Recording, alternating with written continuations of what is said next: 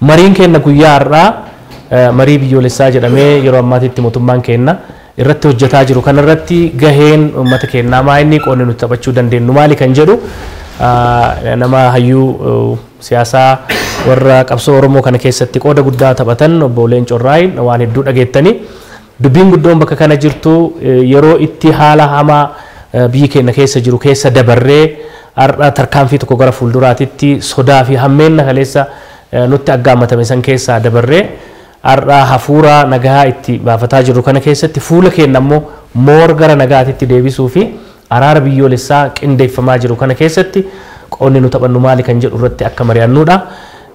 Araarri guddaan araara ofirraa ka'aniidha. Araarri namni dura ofii araaramuu qaba. Dhuunfarraa wal dhabanii haa ta'u akka jaarmaatti wal dhabanii haa ta'u akka mootummaatitti haa ta'u namni dura araara kan jedhu sanitti yoo aman araaratti amanuun ammoo dhufitti araaramuu dura yes barbaachisaadha kan jedhu sanitti araaramuudha. Eega kanatti amananiin booda qaama itti aanutti taranii eenyu wajjin araaramna akkamii araaramnaan kan itti aanu ta'a jechuudha. So kanaaf keessa keenyatti araarri maaliif nu barbaachisa araarri maaliif kawaloo ta'uu qaba wal dhabanii qofaa fi miti kan araarri ta'uu qabu. Nagaa waliin jiraachuuf illee araarri barbaachisaadha. So kanaaf irra guddaa isaa mariin kenna kaarraa kanarratti kan hundeeffate ta'a. Namoota sektoroota adda addaa bakka adda addaatirraa jiran warri akka reefis ni jedhe gaazexeessitootarraa, poolitisaanotarraa, manguddoota keenyarraa, artiistootarraa, hogganoota miidiyaarraa waan yaada namoota qaama bakka adda addaa jiru kana dhagahuun barbaachisaa waan ta'eef sagantaan kun bifa kanaan qophaa'e. Kanarratti ammoo hayyoota keenya yeroo dheeraa siyaasaa Oromoo keessa turaniin pirogiraamni kun akka qindaa'u goone waan kanarraa hafe isinirraa ammoo wal duraa duubaan akka yaadaatittis akka gaafiitittis wal duraa duubaan isinirraa dhagaatiin itti fufna. Ani irra deebi'ee baga nagaan dhuftaniin jedha warra yeroo keessan kennitanii nu biratti argamtanii ulfaadhaa jecha pirogiraama keenyaa karaa abbaa saganticha kanaatitti gara hangafticha keenyaatittiin isin dabarsa. Yeroo isaan sagantaa isaanii fixatan akkuma jenne jidduutti boqonnaa fudhannee achi booda maritti as deebina obsaan nu wajjin turaan isiniin jedha ulfaadhaa.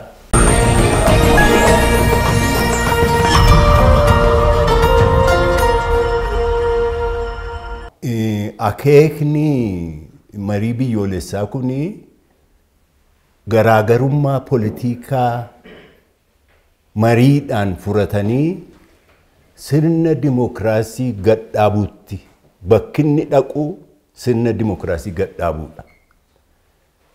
Biyya kana keessatti waan baay'ee irratti waliif hin gallu. Itoophiyaan maal fakkaatti irratti waliif hin gallu. Dimokiraasii akkamiitu biyya kanaaf ta'a waliif hin gallu. Gara kamitti ceenaa irratti waliif hin gallu. Warri garii gara bara dheengaddaatti of duuba deebi'uu barbaadu. Warri garii immoo of dura deemee sirna federeeshinii sabdaneessaa kana dimokiraatessuu barbaada. Warri kaan immoo lakki kun hundinuuf hin ta'u hinuma baanaa'u.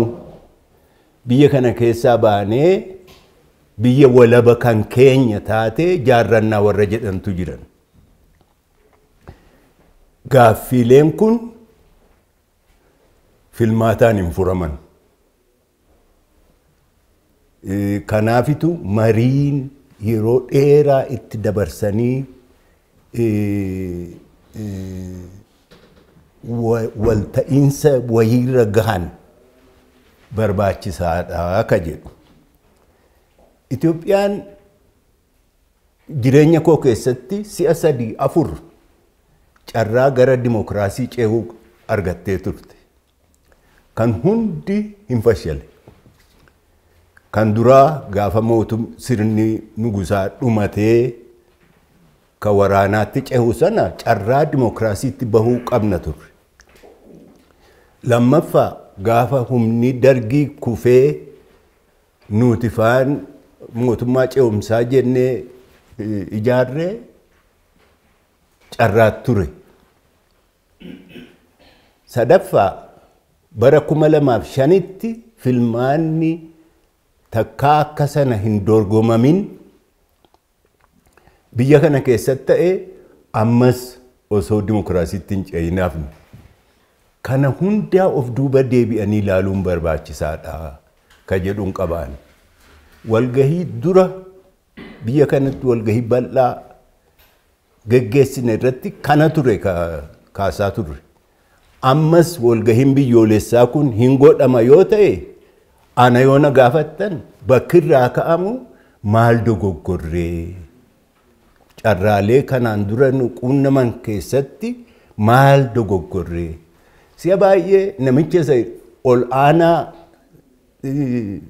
injifate isumatti buuna. Warri injifatamee waan balleesse qabaa. Amma fakkeenyaaf bara 2092tti akka faranjiitti lakkaa nuyi warra ABO'tiif marcuma hamma tokkoon isinii kennaa nuun jedhan. Lakki hunda isaa nu kennitan malee hin ta'u jennee dhiifnee deemne. Of duuba deebinee yeroo yaada jaarsaatiin ilaalu tarii wanuma nu kenname sana fudhannee achuma keessaa bal'ifachaa yoo deemne wayyuu laataa hiikaan qabu amma jijjiiruu hin dandeenyu yeroon sun dabre. 2005tti immoo qinijjitiin marcuma baay'ee argate paarlamaa keessatti. Magaalaa kana immoo 100% moo'e. Fudhadhaa jennaan lakki hunda isaanuu kennitan malee hin ta'u jedhanii dhiitanii yaa'an. Osoo yeroo sana fudhatanii maaltu ta'a ture? Waan akkasii fa'ii jechuudha ka walgahiin wannoon biyyoolessaa ilaaluu qabu walgahiin mariin biyyoolessaa. Muuxannoo dabre sana ana yoo na gaafattan gadi fageenyaan xiinxallee eenyutu maal dogoggoree yoo maal goone akkamittiin amma immoo akka yeroo darbee sana akka nurkatti hin facaane maal gochuu dandeenyaa kana wal gaafachuun barbaachisaadha jedhee tan amana.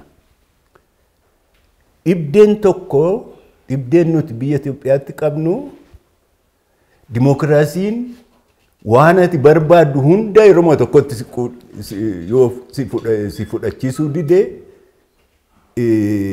akka waan dimookiraasiin hin jirreetti fudhanna. Sirni fedhii murna tokko 100% guute dimookiraasii iyyuu miti. Dimookiraasii waa argattaa waa dhabda. Dimookiraasiin incomplete. Incompletely guuta mirga kee, fedhii kee.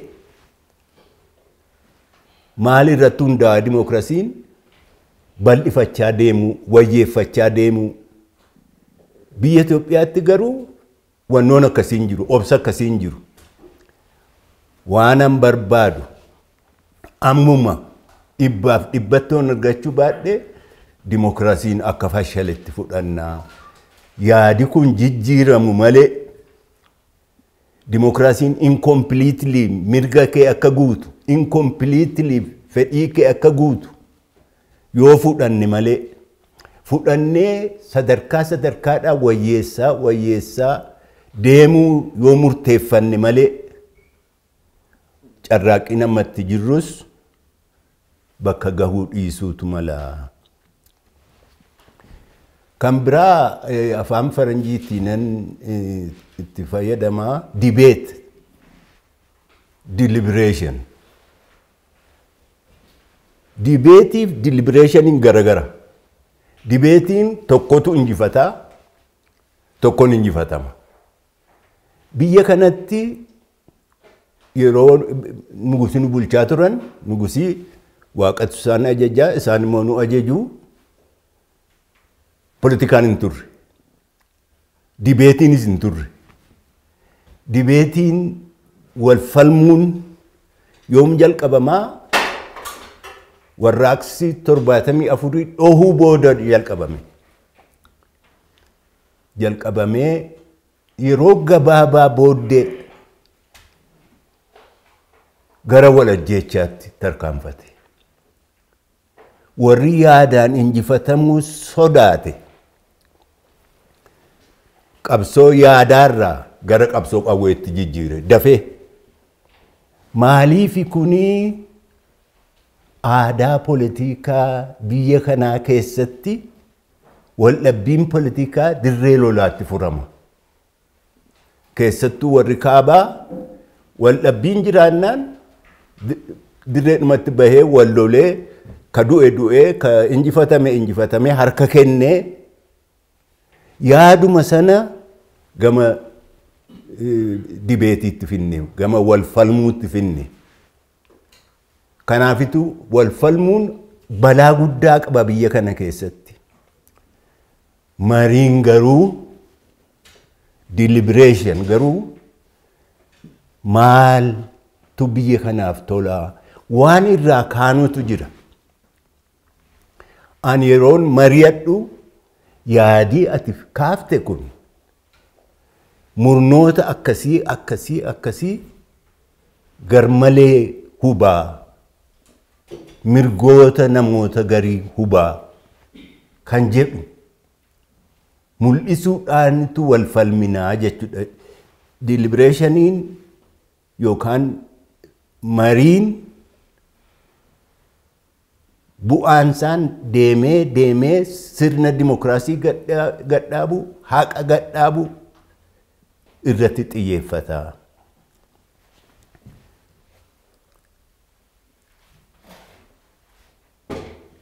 Yeroo wal mari'an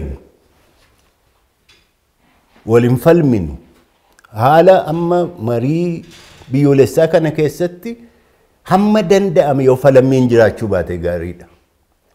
Maaliif falammiin dhumnaan lolatti deema biyya kanatti. Maaliif namichi siin morme yaadi kee kun baasu namichi siin jedhe diinarraa addan bahu biyya kanatti. Ajjeesuudhaafuu of duuban deebituu jechuudha. Aadaa isaatu akkas ta'e. Kanaaf mariidha ka goonu. Diinummaa fi wal dorgomuu ka jedhu kuni biyya kanatti namichi siin morme diinuma dhabamuu qaba. Injifatamuu qaba. Xiqqeeffamuu qaba. Humnaan qofa miti. Akkaataatti haasofnu illee nama xiqqeessinee ofii gadi taasifnee ol aantummaa keenya gadhaabnee tu keessaa bahuu barbaanna. Kun nun baasu. Biyya tokko keessatti sirna dimokiraasii jalatti murnoonni wal morman waliin dorgoman waan garii irratti immoo walii wajjin hojjetu. Waan biyyaa irratti walii wajjin hojjenna. Waan yaada ani qabu amantii ani qabu irratti immoo wal dorgomna. Wal dorgommii fi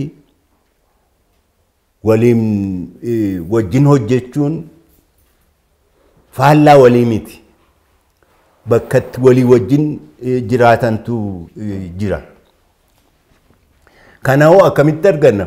Gochaa qofaan hojjechuu carraaqqii qofaani.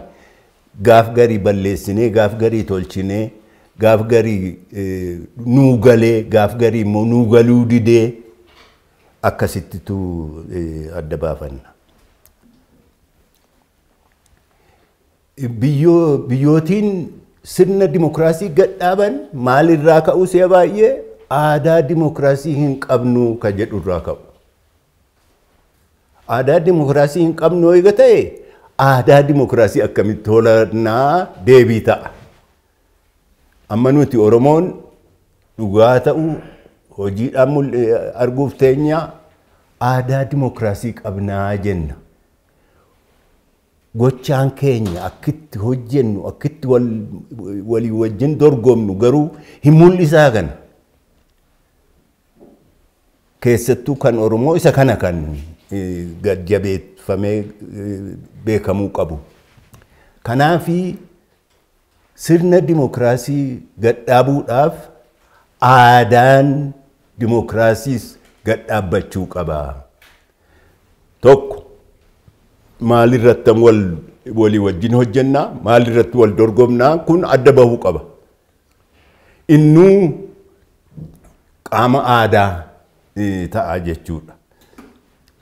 Warri hawaasaan garii aadaa isaanii keessatti namni si mormee diinuma keeti yookaan ajjeesuudhaan yookaan xiqqeessuudhaan si ofii gadi gochuudhaanitu wajjin jiraatta. Walqixxummaan hin jiru jechuudha. Walqixxummaan bakka hin jirretti immoo sirni dimokiraasii dhaabbachuu hin danda'u. Waan tokko mana kana yaadachiisuu barbaada. Warraaqtoonni Faransaay liberty, equality, fraternity jedhan waggaa 200 oli. Ammallee biyya kanatti sun hin baramne. Maal jechuudha?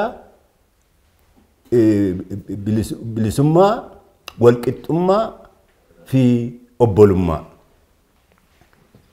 Yoo hundi birmaduu hin ta'in walqixxummaan jiraachuu hin danda'u. Hundi birmaduu ta'uu qaba walqixxummaa argamuudhaaf. Yoo walqixxummaan hin jiraanne immoo obbolummaan jiraachuu hin danda'u. Gooftaa fi garbichi obbolaa ta'uu hin danda'an. Ajajaa fi ajajamaan obbolaa ta'uu hin danda'an. Biyya kanatti warra waa'ee Itoophiyaa andinnat tokkummaa Itoophiyaa falmanii isaan malee namni biraa akka hin hubannetti warra nutti himaa oolantu jiran. Garuu walqixxummaan fedhan. Bakka walqixxummaan hin jirretti immoo tokkummaan jiraachuu hin danda'u. Walqixxummaan biyya kana keessatti dhalatu malee tokkummaan dhugaa mul'achuudhaaf hin taa'u. Kana hundaa wal mormuu wal mari'achuudhaafitu walgahiin mariin biyyoolessaa ka barbaachisu. Dimokiraasiin dhalachuudhaaf waan biraa waan barbaachisutu jira. State and government institutions adda bahuu qaban. Amma afaan Oromootti rakkisaa ta'a biyyaa fi mootummaa. Biyyaa mootummaa jechuu dandeenya. Afaan Amaaraattis rakkisaadha. Statein afaan Ingiliziittis rakkisaadha. Dhaabbolee mootummaa ka biyyaa ta'antu jiranii ka mootummaa ta'antu moo jiran. Filmaanni ka godhamu ka mootummaa sana jijjiiruuf. Ka biyyaa garuu bakkuma turu. Kana keessatti waraana. Itoophiyaa keessatti kunoo eega gaafa jaanhoy garagalaniiti si'a meeqan argee yeroo mootummaan garagalu hundaa waraanni jijjiirama. Filmaata ta'e booddee waraana hin jijjiirataanaan ibdee guddaa. Kanammoo gochuudhaaf haalli lolaa politikaa keessaa bahuu qaba. Politikaanis waraana keessaa bahuu qaba. Waraana biyyoolessaa, waraana biyya kana diina alagaarraa ittisu, balaa gurguddaa biyya keessaa dhalatu ittisu yoo maddisiifne malee dimokiraasiin hojiirra ooluu hin danda'u. Kan biraa the civil service. Paartii feete yoo taate ati biiroo mootummaa seentee tajaajila si barbaachisu argachuun mirga keeti. Biyya kanatti garuu eeguma paartiin dhufeewu yoo paartii mormitootaa keessaa miseensa taate ati tajaajila hin argattu. Bara Ihaadag biyya kana olaantummaadhaan bulchuu waan ajaa'ibaa tokkotu argaa ture biyya alaatti. Embasiin nu hunda basaasa ture. Sila hunda keenyaa'u nama Itoophiyaa ta'e hundaa'u bakka bu'eetu ala jira. Politikaa hojjechuu nu basaasuu hin qabu ture. Maaliifan kana kaasaa biyya dimokiraasiin jiru hunda keessa dhaabni basaasummaa gosa lamatu jira. Ka biyya keessaa wanjala qofa hordofa. Waan politikaa keessa hin galu. Politikaan abaluu maal fakkaata hin jedhu hin gaafatu san. Hanna ajjeechaa wanjala garagaraa hojjeta yoo ta'e qofa hojjeta. Ka biyya alaa basaasu immoo nama ofiin basaasu. Amma biyya Ameerikaanii salphaatti yoo fudhannee CIA jira. CIA'n waan alaa qofa ilaala. Waan biyyoota ormaa qofa basaasa malee nama Ameerikaanii hin basaasu. FBI'tu immoo jira. FBI'n immoo waan wanjalaa qofa. Waan yakka hattuu fi saamtuu fi ajjeeftuu isee kana qofa. Kana akkuma fakkeenyaatti kaasaa jira.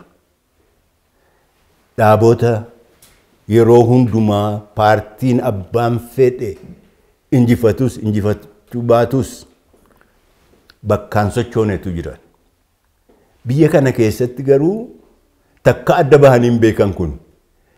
Isa dhiisi qaamni paartii biyya bulchuu fi mootummaanu adda bahee hin beeku. Yoo kana adda baafne malee yoo qaamota state fi government ta'an adda baafne malee dimokiraasiin dhalachuu hin danda'u. Kun immoo mariidhaan ta'a. Mari'anneetu adda fuuna. Mariin kanaaf barbaachisaa. Kabiraa waan bu'uuraa irratti wal hin taane een jedhe miti. Uummata waan jedhamu irratti wal hin taane. የኢትዮጵያ ህዝብ ወረጀዱ ጅራ የኢትዮጵያ ህዝቦች ወረጀኑ ጅራ ከነረቱ ወልንታን ብየ ከነ ከሰቲ ዲሞክራሲን ሞ ቡልቺንሰ ኡመታት ዮ ኡመቲ ማል ፈካታ ረቱ ወልተኡ ባኔ ዲሞክራሲ መድሲሱ እንደንደኝ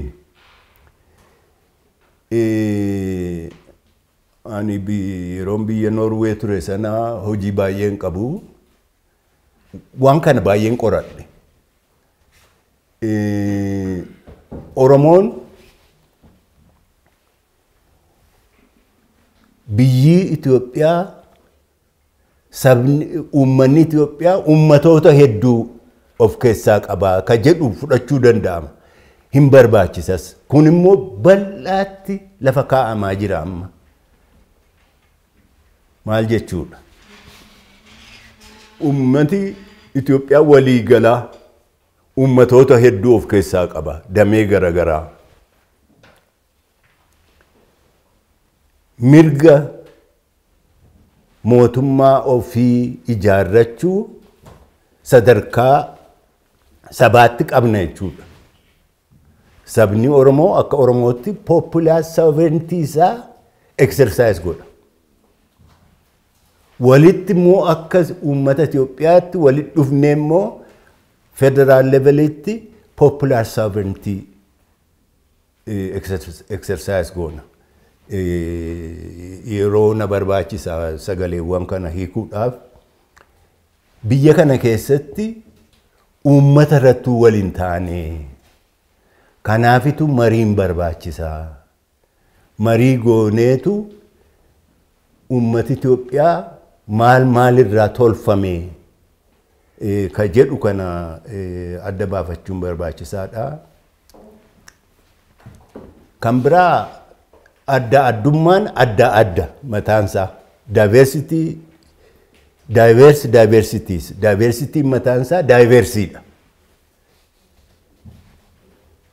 Amma barri keessa jirru kun yeroo diversity acknowledge godhanii accommodate godhani yeroo isaati kana global challenge dha kun ka sabaadhii isaati dubartii wal fuutu dhiirri walitti heerumu isaan kunuu beekamuu qabanii mirgi isaanii kabajamuu qaba jedheetu oofaa jira. nuti immoo saba of danda'e meeqayyuu haa ta'u kana beekuun fudhachuun yoo sana fudhannee maalti nu geessaa ka jedhu kana hubachuun barbaachisaadha. Gosa lama politika Itoophiyaa ammaatiif kan barbaachisu multinationalism sabdaneessummaa fi polyethnicity adda baasuu qabna. Amma Oromiyaa fudhannu. Oromiyaan biyya Oromooti, biyya saba tokkooti. Saboonni hafanis walitti dhufnee Itoophiyaan biyya sabdaneessaati. Garuu Oromiyaa keessa polyethnic pocketsitu jiran. Migration irraa dhufee naannoo concentrate ta'anii jirantu jiran. Amma diversity kana lamaan akkamitti keessummeessinaa? Multinationalismiin federationiidhaan furmaata argata. Polyethnicity no policy akkamii nu gaafataa ka jedhu kana irratti bal'inaa yoo mari'annee sirna politikaa Itoophiyaadhaaf ta'u design gochuu dandeenya. Kanaaf barbaachisaa walgahiin ka yaada dhumaati na fakkaata kuni tokkummaa Itoophiyaa fi eenyummaa Itoophiyaa irratti illee wal ta'iinsa hin qabnu.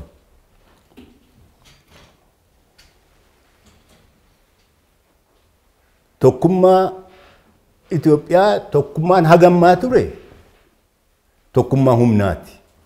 Qaaraatti achi Kaasaa Haayiluu moo eenyunni bahee cafaqee walitti qabee Itoophiyaan tokko taatee jedhan. Isaan hammadhaatti sanuma beekan. Sanuma qofa beekan. Hammadhaatti humnumaa walitti qabamnee bulfamaa jirra. Mee tokkummaa akkamiitu Oromoon maddisiisaa jira yoo jenne waan kanarraa addaati. Yaadattu yoo ta'e gaafa fincillii qeerroo fi qarree biyya kana keessa deemaa ture rakkinni naannoo magaalaa kanaatti dhalate. Oromoo naannoo magaalaa kanaatu buqqifamuudhaan balaan irra gahaa jira jedhee cinaaksanii hamma beegiitti Boorana kaabaati hamma Boorana kibbaatti socho'e. Isarra hin geenye nama na fakkaatu irra gahaa jira jedheetu socho'e. Tokkummaa gosa biraati kun. Tokkummaa waliif dhimmuu fi waliif dirmachuuti. Tokkummaa inni kun jira. Inni humnaan dhalatee eegamu immoo jira. Tokkummaa isa kamtu ammaan booda hojjetaa? Hundeen tokkummaa Itoophiyaa ammaan booda maal fakkaata? Ka dimokiraasii wajjin deemu maal fakkaata? Ka jedhu kana irratti mari'ataa jechuudha mariin biyyoolessaa. Itoophiyummaan eenyummaa saba tokkoo wajjin dhibbaaf dhibbatti wal ta'ee eenyummaa saboota hafanii faallaa ta'e. Isa ka lolannu naqe. Itoophiyummaa sana ilaallee keessatti of hin agarru. Seenaa isaa keessattis maqaan hundaan gaafa barataa turree ani teknikiidha wantan baradhee garuu seenaa ofii arguudhaaf laabirii seennee kitaaba seenaa Itoophiyaa baafnee indeksii dhandhee gaallaa bakka jedhu maqaan keenya yeroo sana akka sanaa gaallaa sana dhandhee dubbifna. Waan hamtuudha jedha. Yoo homaa'uun jedhu see baay'ee yoo jedhe immoo waan hamtuu jedha. Kabiraa seenaan Itoophiyaa maal fakkaachuu qabaanis qaxbii marii guddaa tokko ta'a. Kun egaa Itoophiyummaa keessa deebinee ilaaluu qabna. Itoophiyummaan ammaan booda mul'achuu qabdu ka dimokiraatawuu federeeshinii sabdaneessaa wajjin deemtu eenyummaa saba tokkoo qofa ka calaqqiftu osoo hin taane Oromummaas calaqqisuu qabdi, Sumaalummaas calaqqisuu qabdi, Sidaamummaas calaqqisuu qabdi, Amaarummaas dabalee waan burree tokko taatii jechuudha. Eenyulleen kasaaru kana keessatti warra walqixxummaa hin feene qofatu kanarraa rifata malee warri walqixxummaa barbaadu kanaan rakkina qabaata jedhee hin laalu. Waan Oromoo duwwaa ilaalutu immoo jira. Kan Oromoon duwwaan irratti mari'achuu qabu. Oromoon irratti mari'achuudhaan irratti walta'iinsa irra gahuu qabu. Amma maal barbaannaa irrattuu Oromoo wal hin taane. Maali ka barbaannu? Warri garii akkaataa itti socho'anii fi gabbaasanii yoo jechuu baatanis ammallee walaba biyya walaba Democratic Republic Oromiyaa sana warra barbaadu jira. Warra immoo Oromoo ta'ee federeeshiniin kun yoo demokiraata'e Oromoodhaaf hin tolaa warra jedhutu jiran. Kana irratti wal ta'uu qaba Oromoon. Maal barbaanna haala amma jiru keessatti maal barbaanna irratti wal ta'uu qaba. Kan biraa wanti barbaannu kunoo akkamitti argamaa? Qawweedhaan qofa malee hin ta'u warra jedhutu jira. Warra immoo lakki sirni dimokiraasii nagaadhaan qabsaa'uudhaanitu gad dhaabbataa ka jedhu Oromoon kana irratti addatti mari'atee wal ta'uu qaba. Waan biraa waan Oromoon irratti mari'achuu qabu jedhee ani yaadu hegereen gadaa maal ta'a? Hanga ammaa gadaan sirna dimokiraasiiti. Bulchiinsi mootummaa Itoophiyaa sirna olaantummaati.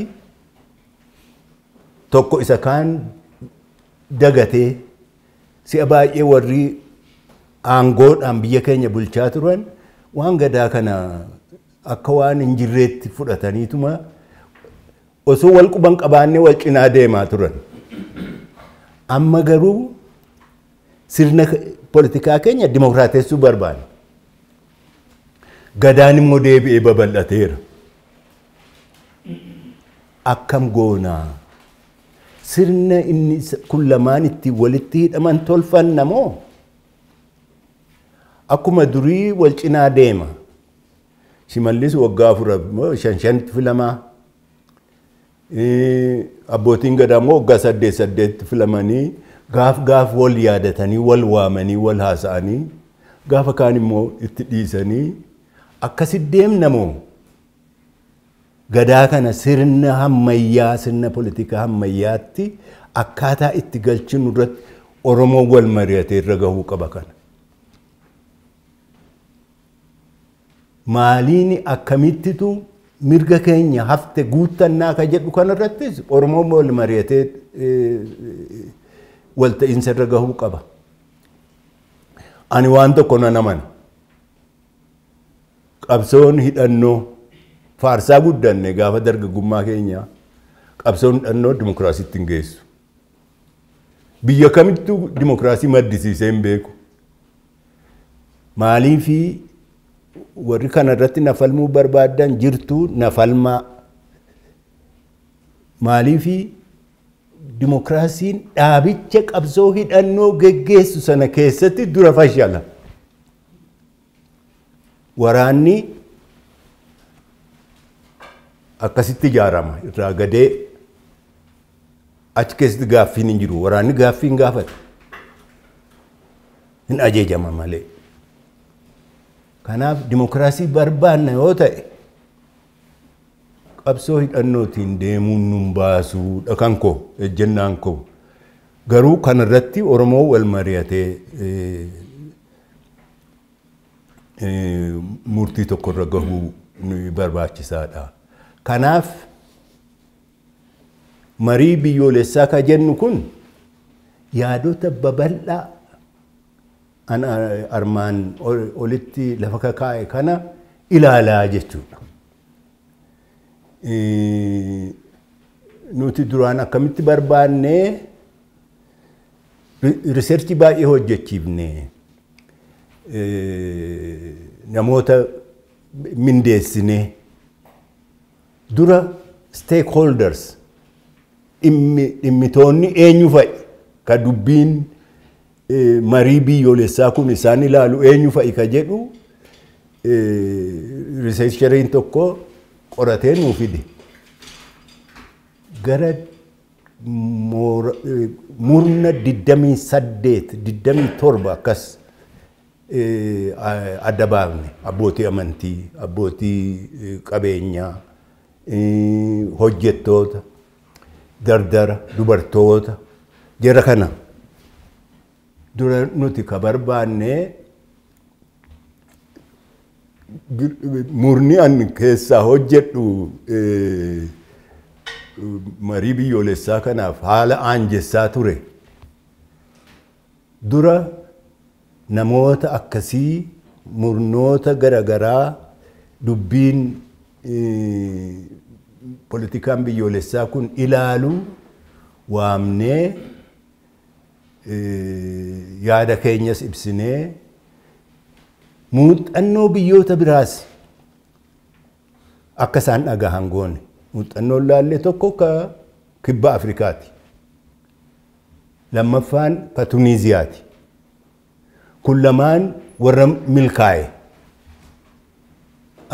Warra milkaa'e qofa ilaaluu hin qabnu, warra hin milkaa'in hafes ilaaluu qabna jechuudhaan ka Yamanis ilaalle. Mariin biyyoolessaa kun hundi sagaleen hundi keessa jiraachuu qaba. Fedhiin hundi keessa jiraachuu qaba. Horizontal inclusive ta'uu qaba. Verticalis inclusive ta'uu qaba. Olii gadis.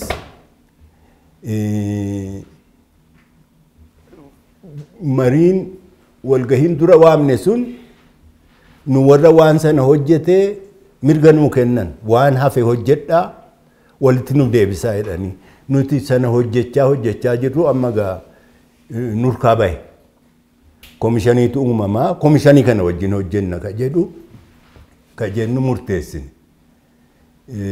Waraqaan amma isin agarsiise kun naanna'ee komishanii kanaaf kennama.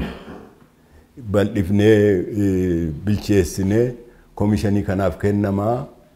Komishanii kana wajjin hojjechuuf murtii qabna nuti.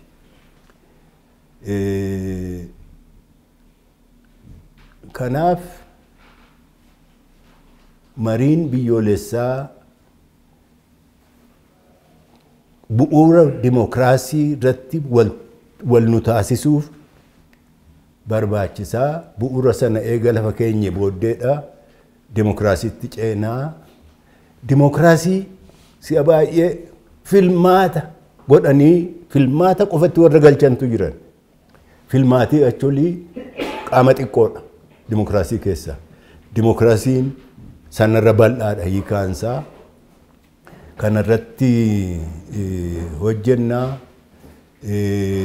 Nuti Oromoon akka wal mari'atu hojii tokkos jalqabnee jirra. Waan biraa cinaa waan Oromoo keessaa reefuu isiniin jedhe sana achitti fixachuu qabna.